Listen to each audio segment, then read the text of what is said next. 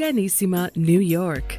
Your exotic skin, hair, and beauty source, and your one-stop shop for all your natural and organic skin and hair care, featuring authentic organic Moroccan oil and prickly pear seed oil and much more.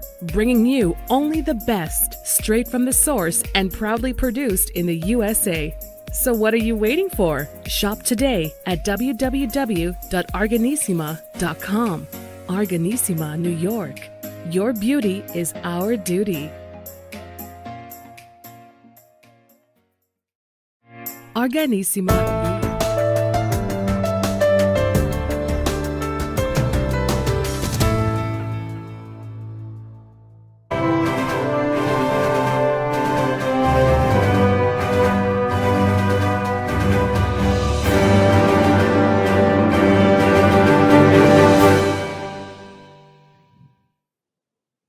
Well, welcome back to the iHealth channel, iHealth Radio. New show, new guest, new topic.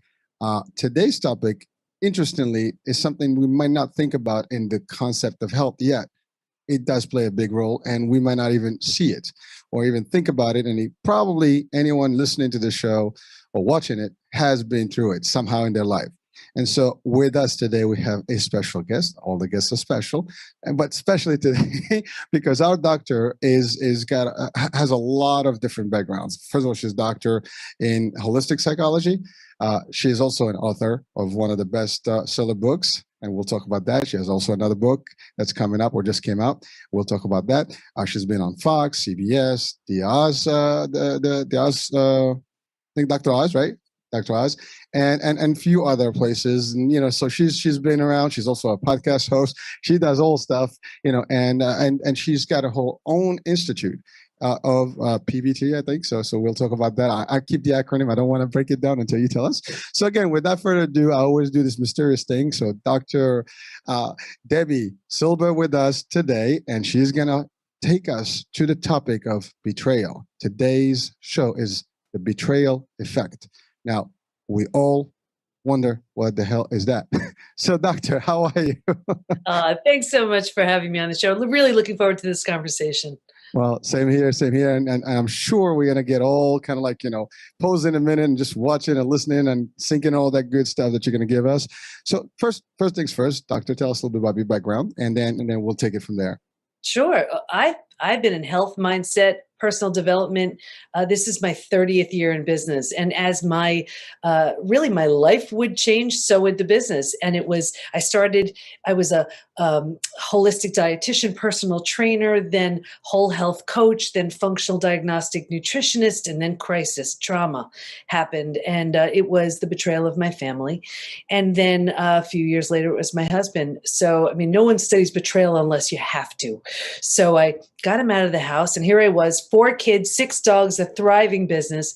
And I enrolled in a PhD program in transpersonal psychology, the psychology of transformation and human potential. I was changing. I didn't quite know what was going on, but I was obsessed with transformation. He was too on his own, wasn't ready to look at that yet. Anyway, dove into this program, and I studied betrayal. What holds us back, what helps us heal, and what happens to us physically, mentally, and emotionally when the people closest to us lie, cheat, and deceive. That study led to 3 groundbreaking discoveries, which changed my business, my health, my family, my life. Wow. All right, that's a lot in a nutshell, and we're definitely going to have to deep dive across all that. But so I guess first question is, let's break down betrayal, because first thing that comes to mind is, like you said, husband, and then you mentioned family. I think betrayal can be a lot. Your best friend, your soulmate, your partner in life, your work, colleagues. Could be a lot of things, right? Society, I don't know. The government. Yes, all of them. All these things can affect us somehow, and we don't even pay mind to it because we deal with it, but we don't understand it as much. We just kind of like complain about it. And we think it goes away, and I have the proof that it is one of those things. We know time heals all wounds, not betrayal. And I can spot an unhealed betrayal a mile away. But you're right. It's your family, your friends, your coworker, your someone in a position of authority. It could be a child. It could be Self, that's a big one. The way it works, I define it as the breaking of a spoken or unspoken rule. And every relationship has them. Think about it. We had it a rule. I was going to show up. We were going to have a conversation. If I didn't, that would have been a betrayal. Now, it wouldn't have crushed you, but betrayal nonetheless. The way it works is the more we depend on someone, the more we trust that person, the deeper the betrayal. So a child, for example, who is completely dependent on their parent, and the parent does something awful, that's going to have a different impact than, let's say, your best friend sharing your secret. Still going to have an impact, but you don't need the same cleanup. It doesn't have the same magnitude. Sure. Well, so what is the anatomy of betrayal? I mean, what is that? I mean, is that what's the connection? How does it even compute to us as humans? I mean, we understand it, we know what it is, but I mean, yeah, what are the triggers? It's such a shock to the body and mind. And that's why there's such a physical response too. Think about it. This is the person, or these were the people you trusted the most. So when the people you trust the most, when the person you trust the most proves untrustworthy, who do you trust, right? When the ones you'd run to when other people are causing harm, when that's the person causing the harm, where do you go? So trust is absolutely foundational. It's what we all need to feel safe and secure. It gives us a sense of safety and security. So betrayal shatters that sense of safety and security. It's so basic, and that's why it's so traumatic. Well, true. And again, one of the questions that came to mind just as you were saying that is that, so I trust a lot of folks in my life. Mm-hmm. That's a choice. Yeah. And there are people that don't trust anyone. Mm-hmm. So we have that kind of like, two spectrums right there. And unfortunately, the majority of people always rely on others. And we interact with people. We're humans, we interact with folks. Right? Yeah. So there's, like you said, I mean, as simple as like, maybe not showing to the show, or me not, being here where you live. So all that stuff can be, but so the betrayal level has to do with our social dynamics. We all are in an environment. We set our expectations, and sometimes they're too high.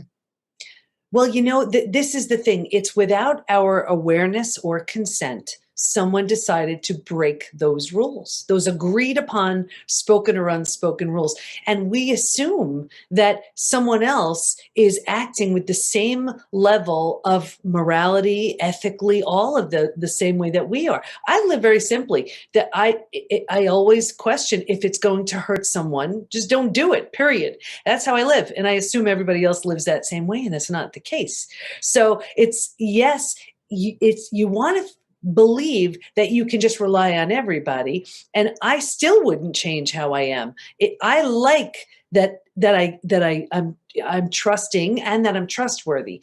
But what happens is, with betrayal, that person on the other end, during this part of their lives, or where they are in life, or whatever it is, decided to be untrustworthy, put themselves first, whatever the case may be. Well, so let's dive into that. I mean, sure. Everybody now, I mean, you take, there's two stories or three stories, three sides to the story, right? There's yours, mine, and the truth. And always, everybody's going to try to defend themselves in it. So there's the one that's been betrayed and the one that betrayed. So both sides will be like, well, there was a reason I did what I did. The relationship was not good. The friendship was not there. There was a third party that got involved in this story. And now all of a sudden my friend is not my best friend. I'm jealous, whatever. It could be your office, colleagues that kind of like, betrayed you to others and stated something about you. It could be all those. But there's always a reason behind that. So it could be a reason, it could be an excuse. It's all based on the rules of that relationship. Sure. If the rule in that marriage is we're going to be monogamous, and then someone decides not to be, that's a breaking of that rule. If the rule in the office is, we're going to present this idea together to the boss, and then that person, the coworker behind your back, right, presents that project, you see, it's a breaking of that rule. That's where it's a betrayal. So, but it's, again, as you said, it's unspoken. It's not like I don't hear you. Hello? Oh, okay. Didn't hear you there for a minute. Sorry. So at the end of the day, I speak to you, but it's not a contract, right? And it's an expectation. And someone can say, well, I never agreed. Now, granted, in a relationship, you Hmm. couples. That's different. And whether you're a boyfriend, girlfriend, or whatever relationship is a little different if you're, let's say, married. I mean, marriage, there is a whole, matrimonial, ceremony. There's the whole thing. There's that agreement. There's all these things Yeah. that you have to promise that you're going to do, right? But Right. but at the end of the day, you're right. There's always betrayal. So there's person is not trustworthy, and boom, there's a problem. But that's the most common, I think, form of betrayal that most of the people relate to. But you mentioned The Office, where you and your partner, or you and a colleague, have this great idea, and it's funny because the movie for Facebook, right? And I don't know if you've seen the movie, about the story about how it started. So there was some. Oh yeah, like yeah. that. So when you look at, I mean, that's big, right? And again, real or not real, we're not debating that, but just something like that, you're like, wow, this could happen. But again, when it comes to ideas, when it comes to a lot of stuff, that's why people have patents and trademarks and things like that. So you got to protect your stuff. Otherwise, hey, sorry, you snooze, you lose, right? Yeah, but that's it. And you know what? And that's what was so there were three discoveries that were made in this study, and betrayal is so different. And I felt that, but I didn't want to assume, because I had been through death of a loved one. I had been through disease. I was in the ICU for 11 days. But betrayal felt different. Didn't want to assume it. So I asked all my study participants, and I said, if you've been through other traumas besides betrayal, does it feel different for you? Hands down, unanimously, they said, it's so different. Here's why. Because it feels so intentional, we take it so personally. So the whole self has to be completely rebuilt. The whole self is shattered. Rejection, abandonment, belonging, confidence, worthiness, trust, they're all shattered and have to be rebuilt. So when they are, you're brought to a new level of yourself. And that healing is full healing. There is now called post-betrayal transformation. Like, think about it. You lose someone you love. You grieve, you're sad, you mourn the loss. You don't necessarily take it personally, right? Betrayal feels personal. Well, because it's not voluntary. It's actually voluntary. It's not like, someone did it with intent. I mean, betrayal is not something that happens. And someone can play insanity and say, oh, I was out of my mind. I was drunk. I was this, I was that. I mean, to your point earlier, it's excuses, right? But it does cause trauma. And it's a scar, and it depends what level. Again, we're talking about maybe couples, but it could be family members. It could be sometimes heirs of an estate. And there's all this stuff that happens just to who's gonna get the share of all the stuff. It could be many things: brothers, sisters, family members. I've seen it. I mean, in close contact with family, with friends, and others, and I choose, for example, to have a very small circle of real close friends. I mean, I know a lot of people, and I respect everyone, but I limit who I trust in my own personal stuff and confidence stuff. And that's a choice. Some people are more open, and they believe also that nothing can ever happen. And or you can also have the other side. I don't care. People move on. Ciao, ciao, bye, sayonara, or whatever. And so these are options. But you're right. When you really are close to someone, and you put all your trust in them, and usually, matrimonial stuff, is the closest to that level, and where people are determined to spend a whole lifetime actually together, and then all of a sudden, boom, what happened? And to your point, I mean, someone is traumatized. Again, I know I mentioned the ICU. I'm not sure if that was related or not, but yeah, but someone can actually, we've heard stories. Someone goes extreme, attempt to suicide and other things. I see that every day within my community. And here's the thing. It's such a shock, because it's as if the person you thought you knew so well just takes the mask off and says, this is who I've really been, and this whole time. And what happens is it causes, when trust is shattered, we don't trust the betrayer, but we don't trust ourselves. We lose trust in everything, because we say to ourselves, I'm a bright person. How did I not know? How did I not see? So if I can't trust them, maybe I can't trust that person. Maybe I can't trust that person. And our entire foundation is shattered.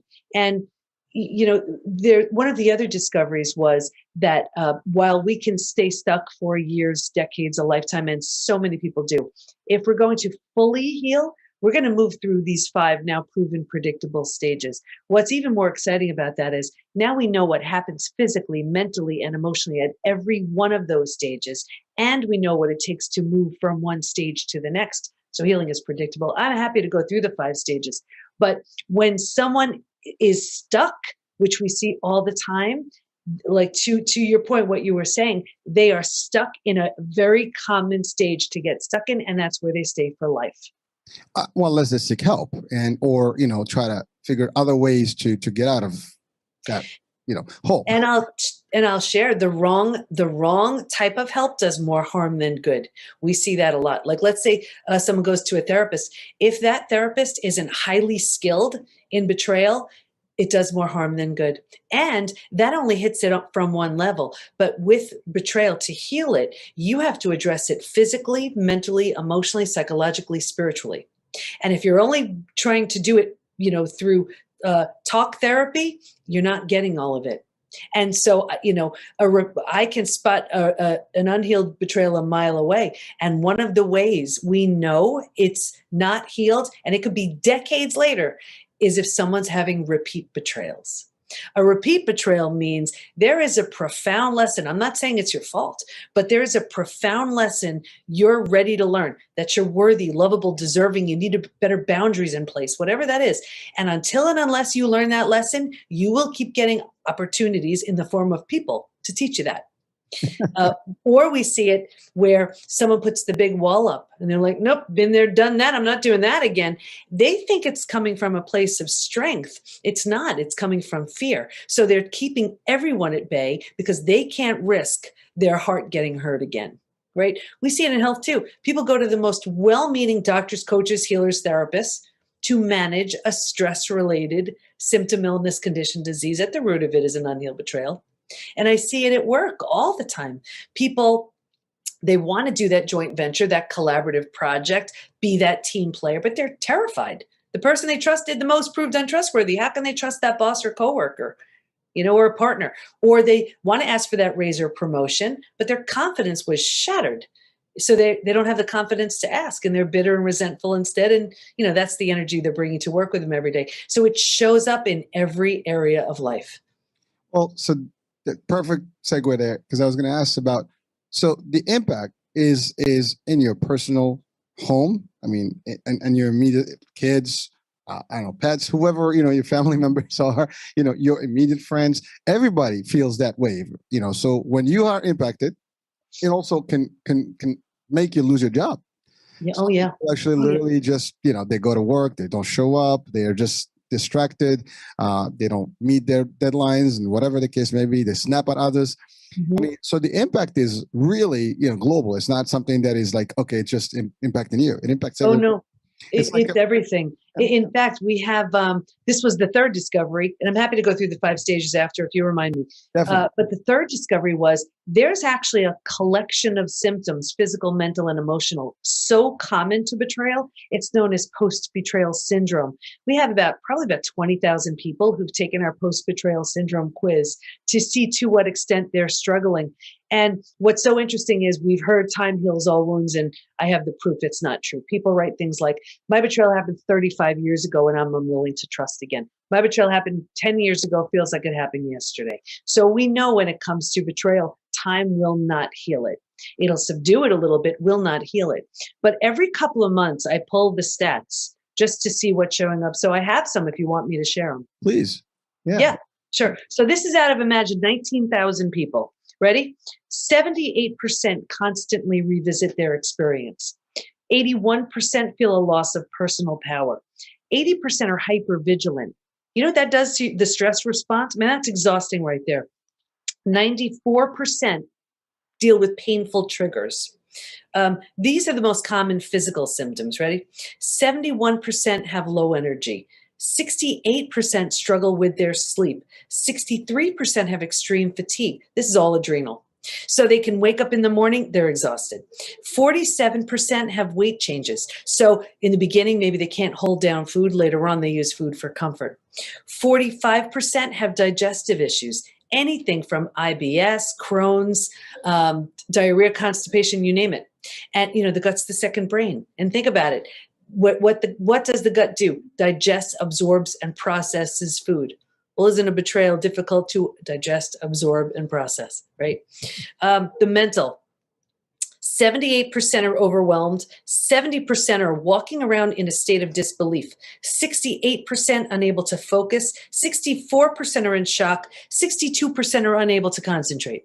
So imagine you can't concentrate and you have a gut issue and you're exhausted. That's not even the emotional ones. Ready? 88% extreme sadness. 83% anger. You mix those two together, that's exhausting right there. 82% feel hurt, 80% have anxiety, 79% are stressed. Here's why I wrote the book Trust Again. Ready? 84% have an inability to trust. 67% prevent themselves from forming deep relationships because they're afraid of being hurt again. 82% find it hard to move forward. 90% want to move forward, but they don't know how. I mean, okay, hold on a second. I mean, that's a lot of high percentages. Yeah. I mean, Yeah. it's a cocktail for like, a recipe for really bad. I mean, that's like an impact that's destructive.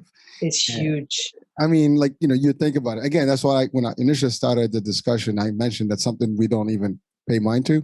But your statistics are literally an eye-opener. I mean, if you're listening and watching the show, I mean, just think about those numbers.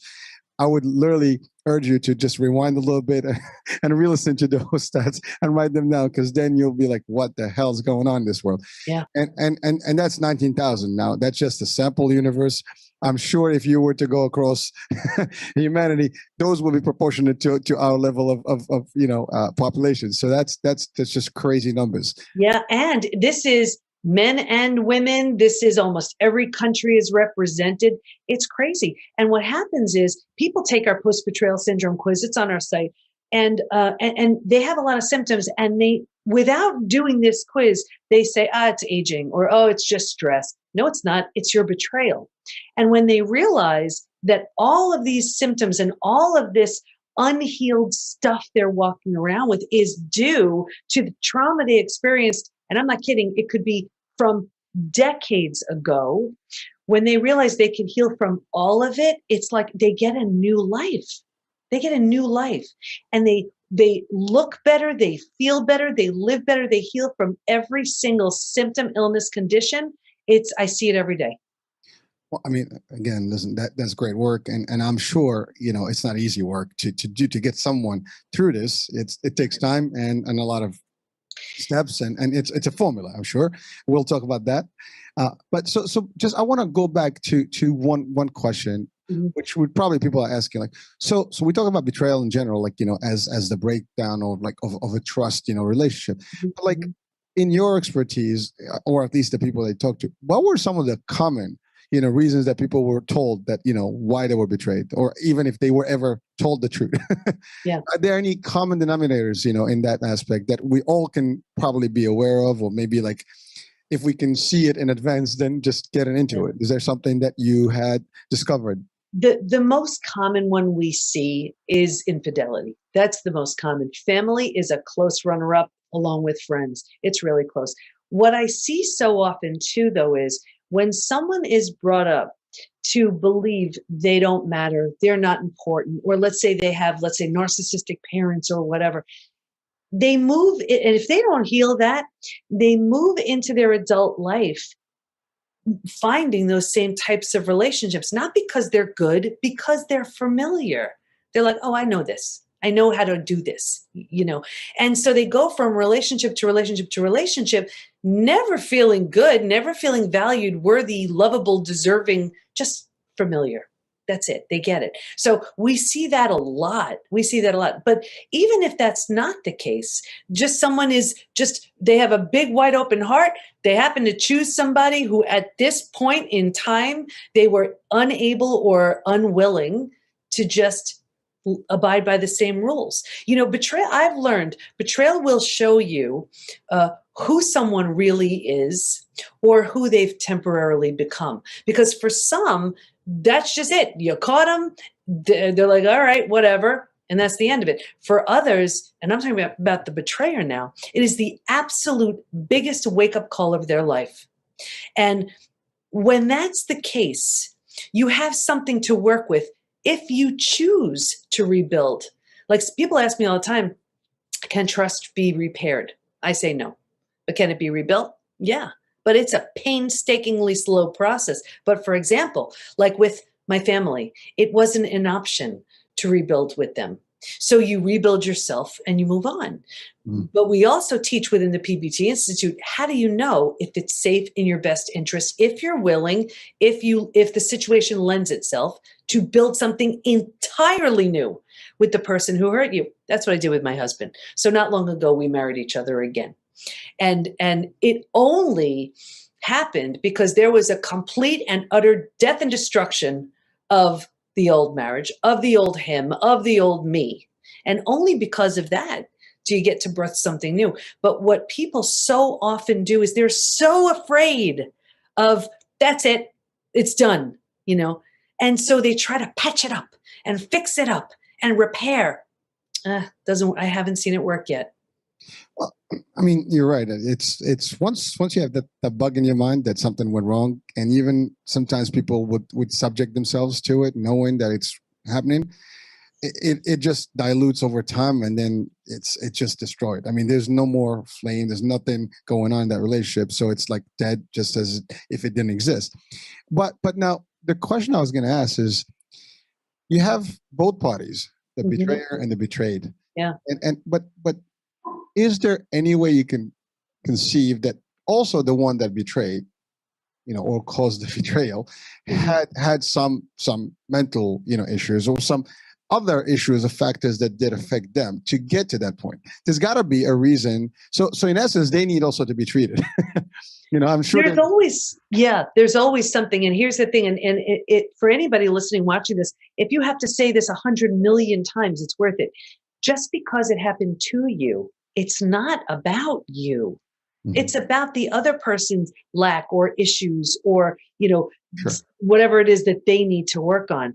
You just were the unlucky recipient of their actions, but it's not about you. You know, someone may have come from, let's say, trauma. So they're, you know, the way they deal with that is betraying, right? Or it could be from just their own hole or lack or something. Doesn't make it an excuse, doesn't make it right, doesn't make it acceptable, right? But if they choose to do the work, that's why within the PBT Institute, people ask me all the time, well, I just want to be okay with my partner again. I'll never guarantee that. What I can guarantee is I will get the betrayed to their physical, mental, and emotional best. And from that place, they'll see things really clearly. And a few things happen. The partner either says, I better step it up to meet the strength of this person, or they've just outgrown them. We never know. Well, again, if they never seek help themselves, I mean, they'll be in the same position, and the other party is definitely ahead. So that connection now is totally like unbalanced. It's not going to work. Yeah, that's it. And we see it like this. And this is, I guess, for your viewers. Before betrayal, right? Maybe you were like this, and then the betrayal happens, and then here's where you'd have the best opportunity to do so much work, and you go like this. But if you just want to be with this person, right? You keep going like that. And then you get frustrated because you like it up here, but you keep doing this. And then you're like, why can't they do this? Because they're not willing, they're not ready. But the whole idea is you keep doing this, but if they're not doing the work, you know what you get? You get this, where they're like, who are you? And you're like, ooh, you know. So the whole idea is if this is where they're going to stay, you know, you're going to go your own ways. But what I've seen many times, and this was in my own case, my husband did this too, right? Or what happens is you do the work to get here, this shows up. But that's why I always say that getting into another relationship, it is the worst thing to do right afterwards, because your only job is to get yourself right here. From this place, you make your best decisions. Well, so you hit on a very important point here, because a lot of people have that rebound relationships. Like, you know, I just want to find something like to clear my mind, but then that's not going to do it. So now it's just temporary stuff, and it's never going to, it's shallow, and it's probably going to have more impact on your mind and psyche and all the stuff, and just going to keep the hurt in there. So it's not going to help you change or get better. No. mentally and physically. And again, I'm sure in your discoveries, and studies, you've experimented, where people have had that same, outcome, or at least that same resolution, instant resolution that they thought they're gonna have as a remedy, but it didn't work. Yeah. So, Yeah. if you don't mind guiding us through the process, so someone comes to you, to the institute, and I don't know what to do. My life sucks. I'm done. I'm thinking suicidal. I'm thinking Yeah. alcohol, Mhm. addiction. I'm thinking drugs. I'm thinking all the bad stuff just to keep my mind out. Yeah. No, Yeah. which I'm sure some people get into that extreme. I mean, and then that's another problem. Now they have another issue that they have to deal with, Yes. or I think I'm gonna lose my job because my boss doesn't stand me anymore. I mean, they were very sensitive to my situation, but how long can they do it if That's I'm it. never going to show up, or I keep showing up, late and not performing? Yeah. So Yeah. what stages do you? I mean, first of all, we're going to talk about the 5 stages those are the ones, right? So I guess this is a perfect, Yeah. segue to it. So And within the Institute, we teach, and we have certified coaches. They are all trained in moving someone through the 5 stages. We have our signature programs that literally people on their own can walk through the 5 stages in trust again. They're all mapped out with experiential exercises to move someone through. But the 5 stages, I mean, when this was discovered, it was so exciting because now there's a roadmap. Now if someone's willing, it's like, you ever go to the amusement parks and you see those like the little kiddie rides and they buckle that little child in. And if they are willing just to be strapped in, they will predictably go to the end of the ride. That's what this is now. So if they're willing to do the work, they will move through the 5 stages. So here they are. The first was like a setup stage. I saw this with everybody. So if you imagine 4 legs of a table, the 4 legs being physical, mental, emotional, and spiritual. What I saw with everybody was a real heavy lean on the physical and the mental and kind of ignoring the emotional and the spiritual. So what does that look like? Looks like we're really good at thinking and doing, not really prioritizing the feeling and the being. That's where our intuition lies, and we turn that down. Anyway, if a table only has 2 legs, easy for the table to topple over. That's us. Stage 2. This was by far the scariest stage. And this is the shock, D-Day, Discovery Day. And it's the breakdown of the body, the mind, and the worldview. So this is when you've ignited the stress response. So now you're headed for every single stress-related symptom, illness, condition, disease. Your mind is in a complete state of chaos and overwhelm. You cannot wrap your mind around what you just learned. And your worldview is shattered. Your worldview is your mental model. These are the rules. This is how life works. Don't go there. Trust this person, right? And in a moment, everything you've known to be real and true is no longer. And the bottom is bottomed out, and a new bottom hasn't been formed yet. It's terrifying. But think about it. If you were walking down the street and the bottom were to bottom out on you, what would you do? You grab hold of anything you could to stay safe and stay alive, right? That's stage 3. Survival instincts emerge. It's the most practical of all of the stages. If you can't help me, get out of my way. How will I survive this experience? Where do I live? How do I feed my kids, right? It's so practical. But here's the thing. This is the trap. Ready? Once you've figured out how to survive, you're like, whew, you think it's good. And because it feels so much better than the shock and trauma of where you just came from, you think this is good. So you start planning routes here. And then a few things happen. The first thing is you get your story. You get to be right. You get someone to blame. You get a target for your anger. You get sympathy from everybody you tell your story to, right? You don't have to learn to trust. Do I trust you? Do I trust you? I forget. I won't trust anybody. So you plant deeper roots. And then now that you're here a while, you're not meant to be here for a long time, but you don't know that. You don't even know there's a stage 4 and stage 5. So you think this is it. I better figure this out. So now the mind starts doing things like, well, maybe you deserved it. Maybe you're not all that. Maybe you're not as good as you think. Deeper roots. Because like energy attracts like energy, now you're calling people and circumstances and relationships towards you to confirm that this is where you belong. It gets worse, but I'll get you out of here. Because you don't like it, but you don't know there's anything better. Here's where you resign yourself to thinking, I better get used to this because this is, I guess, as good as it gets. So here's where you start using food, drugs, alcohol, work, TV, keeping busy, to numb, avoid, distract yourself because you don't like it, right? So you do this for a day, a week, a month, now it's a habit, a year, 5 years, 10 years, 20 years. And I can see someone 20 years out and say, that emotional eating you're doing, or that drinking you're doing, that numbing in front of the TV you're doing, do you think that has anything to do with your betrayal? They say, it happened 20 years ago. But do you see? All they did was get stuck in stage 3. That's it. If you let go of some of those small self benefits, right? You grieve, you mourn the loss, you do a bunch of things. You can move to stage 4. Stage 4 is finding and adjusting to a new normal. Here's where you acknowledge, I can't undo my betrayal, but I can control what I do with it. And I always use the example of if you've ever moved to a new house, office, condo, apartment, all your stuff's not there. It's not quite cozy yet, but it's going to be okay. And when you're in that space, you're turning down the stress response. You're not healing just yet, but now you're not causing the massive damage you were causing in stages 2 and stage 3. This is what's really interesting to stage 4 also. If you were to move, you don't take everything with you, right? You don't take the stuff that doesn't represent who do I want to be in this new space. And what I found was if your friends weren't there for you right here during this period of time, right here's where you've outgrown them. And people say to me all the time, I've had these friends for 10, 20, 30 years. What the heck? Is it me? Yes, it is. You're undergoing a transformation and you're outgrowing those friends. Very common.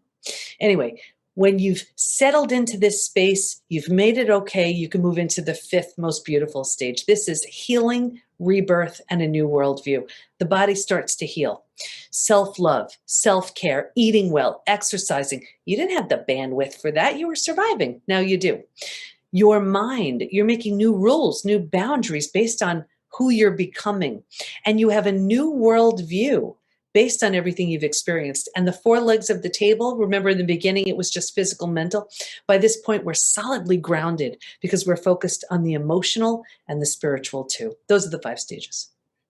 That's a lot of work. I mean, and you did a good job in summarizing them in very short term. But now, for some, obviously, the experience for each person will be different. So I come in, and by the way, you said male, female, Yeah, everybody. So I come into you with my problem, right? You get me through the whole, process and the stages and try to help me out. Now, the ability for me to get through the stages also has to be coming from, there's got to be something that I have to put in. It has to be will, has to be participation. Otherwise, I mean, this treatment can be, in a month. It can obviously not a month. I'm just, I'm not sure what the time frame is, but certainly it could be a long and lengthy process, or it could be shortened depending on how quickly I'm willing to fit in and do all this stuff. So I love that you said that. I love that you said that because willingness is one of the biggest needle movers. It really is. It's like, because there are some people who are so resistant. They are clinging to their story. They are not letting it go. And that's where they stay. But the ones who say, you know what, I don't know what life's going to look like. But I don't know where I'm going to be. I don't know how it's going to look. It's got to be better than this. I'm just going to keep going. I'm not picking my head up until I'm out the other side. Those are the ones who heal. But that time can vary as well. I mean, it could be months, could be weeks, could be years. Everybody's different, right? And even with the willingness, it's also how other factors may be impacting their life. I mean, maybe they come across that same person, then their emotions are restarted again, all this stuff. So all these things can be, factors that can impact someone.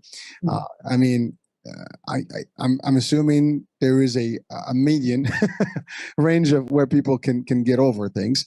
Now, one thing that comes to mind is that what about the people that instead of seeking the help and really getting out of it, actually dish it out? Now they're on a vengeance and almost like not so much on that first person, but now they take it on everybody else. So I was betrayed. Let me just, do damage to others. And so therefore now they're more of a vengeful, resentful, folks, and they just go out there like on a warpath. So very common. There's so much. Remember how anger was like 83%.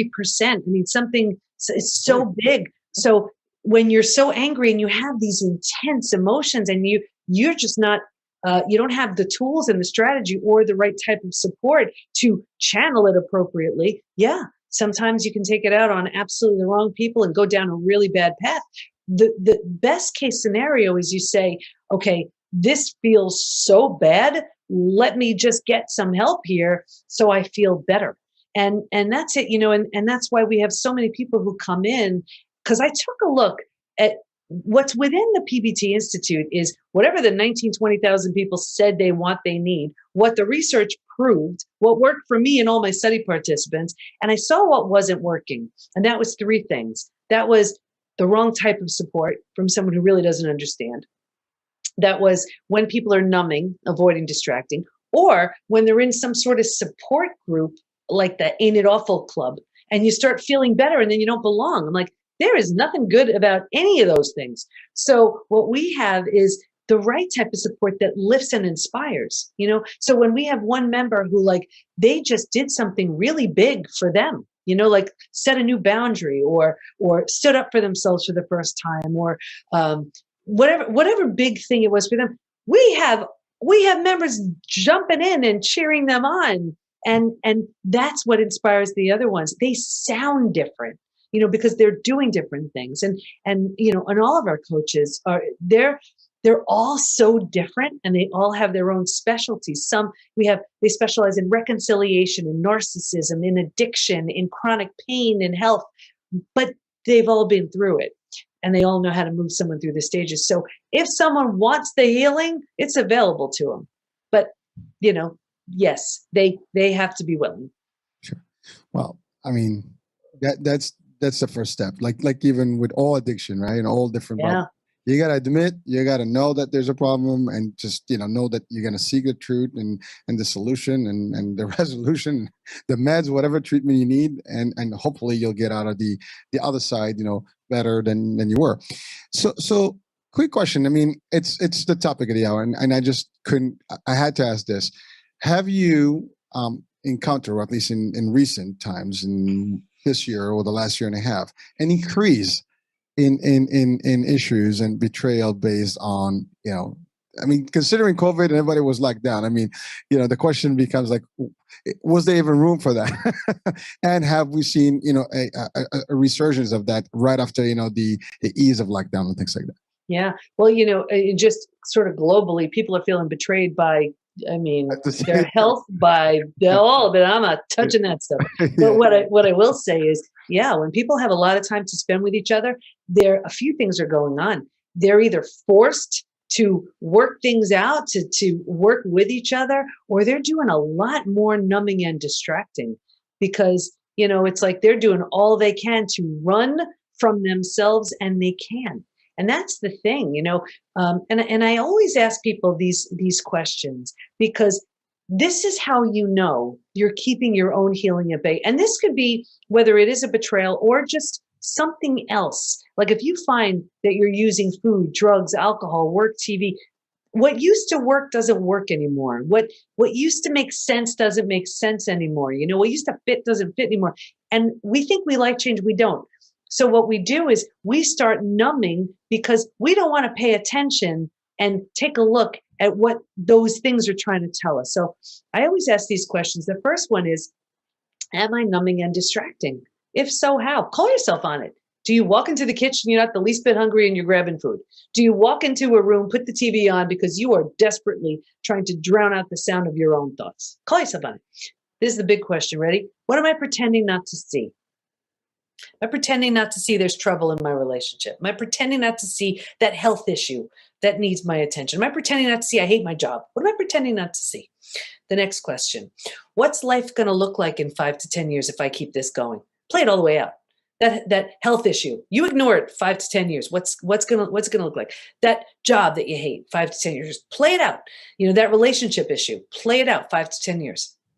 And the last question, what could life look like in 5 to 10 years if I changed now? Now, I'm not saying it's easy. Transformation begins when you tell yourself the truth. Like everything else. I mean, it's always about that, right? But unfortunately, there are a lot of folks would prefer to almost what I always refer to in my shows as the ostrich effect. You just put your head down and the world is then and out it's gonna come. It's gonna just go away. It's not gonna go away. It's still gonna be there when you come out. And those questions are powerful because that's the other thing. Like people are afraid to ask the questions because they probably are afraid of the answers they're gonna find, Exactly. and they're not willing to face that. Oh, it ain't going nowhere. This is not gonna happen. There's nothing gonna change in this case. So let me just keep up, with it. But to your point, people may not even know there are ways to get out of it. And so that's we're here today to share the solution, or at least a venue where a resource that people can reach and hopefully get, their post-traumatic experience and betrayal, resolved. So Doctor, if you can just guide us through the concept of like what would be someone joining, they register, I guess, and then there's a program they have to go through. And I know the stages and stuff, but like, what the expectations for someone to be in participation with the actual institute. Yeah, sure. So we made it, we know that trust was shattered. So they're looking at it like the person they trusted the most, maybe for 30, 40, 50 plus years, proved untrustworthy. So they're looking at me like, well, how can I trust you? So they, hopefully they've heard about my own story. They know I've been through it. They know I've done the study on it. But anyway, when someone registers, we have such a beautiful welcoming process. I give them a personalized little video. Shh, keep it a secret. Don't tell them. And then we have this welcoming process where every new member takes a little bit of a quiz, and then they get to schedule with my assistant. She's our client care specialist, and she meets with them to show them around. This isn't on Facebook or anything. It's a completely private community. Yes. She shows them around the community, and she suggests the right classes and coaches based on where they are right now. She can buddy them up with someone if that's what they want. So within the community, we have our programs, which they have 24/7 access to. We have a calendar where they can choose classes running all day with our certified coaches and practitioners. There's another section where they schedule time with our coaches and practitioners so they can meet with them one-on-one. And we have the forums in the community. We have the PBT Cafe, which is where everybody stops in the morning just to check in, get some inspiration, and then all different forums based on interests. All there to lift and inspire. And we have clubs. We have a men's club so the men don't feel bombarded by all the women. We have a divorce club. We have a highly sensitive club. We have just clubs based on interests. And I go in there and I do a live Q&A every week. We bring in master classes with the most incredible experts where it's like, let's say I have someone on my podcast who talks with me about something. I often bring them in to do a masterclass where they demonstrate, and it's an experiential activity just for members. So they feel so well served and so well taken care of and so supported. I mean, that's the goal. So basically, essentially, they are members of this particular institute, and it's a healing institute. So it's pretty cool. And it's like training wheels until they don't need them anymore. The goal isn't to keep them stuck. The goal isn't to keep them there forever, although people love it and they don't leave. Because as they heal, they're ready for more stuff. And very often what happens too is our members go through the healing. They are so lit up and excited, they become our certified coaches. They have to have a coaching background or be a doctor, therapist, something. But then they become our coaches. And those are the best ones because the best coaches have been there. Yeah, well, experience can beat that, right? Exactly. When you go through it, by example, you understand it. So, and to your point, it's also credibility. Like, if you don't know what I went through, well, I did. Yeah. So Yeah. about that, right? Yeah. So you mentioned a lot of stuff, but not physically. Where are you guys located? And would you? I mean, is there a way to do virtual? I mean, considering we had a very virtual year. Yeah, we were actually a brick and mortar in New York, and even the local people wanted to be online. We are 100% virtual, and we have people from all over the world. And classes run for the most part during the day, but replays of everything are available because we have people in Switzerland. We had a coach from Slovenia. I don't even know where that is, but she taught at some crazy time, and it worked. And we just have people from all over, from Germany, from the UK, from Canada, the US, and everybody is 100% online. Oh, perfect. So there you go. I mean, if you're listening and watching, know that this is not somewhere where you have to travel specifically, but you can Oh, participate. I mean, the world has, I mean, if one thing COVID did, that demonstrated that we can live and still connect remotely and still be able to interact and do things. yeah. Now, talking about that, you mentioned this is not on Facebook. So is there a social media impact on people with betrayal issues? You know, with my community, there are trust issues. So safety is a really big concern. So I didn't want them to think about it. So every member in our community, every coach in our community, every member of our community, they signed an agreement, and there's a real serious privacy issue there. Some people change their name if that's what's more comfortable for them. But like, for example, and I take this seriously. Sometimes people will do a masterclass, an outside expert will come in to do a masterclass, and then they'll say, "Oh, can I have the recording, to share it?" It's always a no. I mean, I respect that privacy in there. It's one thing, if it's outside of the community, something I'm doing on social media or on my podcast, but if it's within the community, nothing leaves there. No, but that's for the members. But what about in general now? Social media is where everybody lives. Mhm. And Yeah. it just got better, last year and a half. Yeah. That's where everybody reside. Yeah. You know, Yeah. So I've noticed a surge in groups, Mhm. and and these are just normal folks that are just chatting, and some of them are so good, some of them are bad. And there's some hate that goes in there. I'm talking Yeah. about not hate in the sense of bad, but it just people really get excited about things, and Yeah. if I don't like you, I go up live and bash you out and things like that. And I've had that done.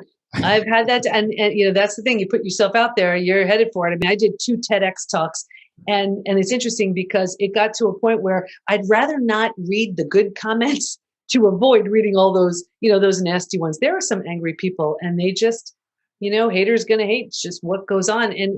And I remember, because any good coach has a coach, right? And I remember one of my coaches. Because I was talking about the study, and he just looked at me one day and he said, "Stop hiding behind your effing study already." And I was like, "Oh, all right, I have to get my story out there." And I knew people were going to judge, they were going to critique. I mean, this is the stuff gossip thrives on. But I'm trying to reach the people who need it. The other ones I'm just not interested in.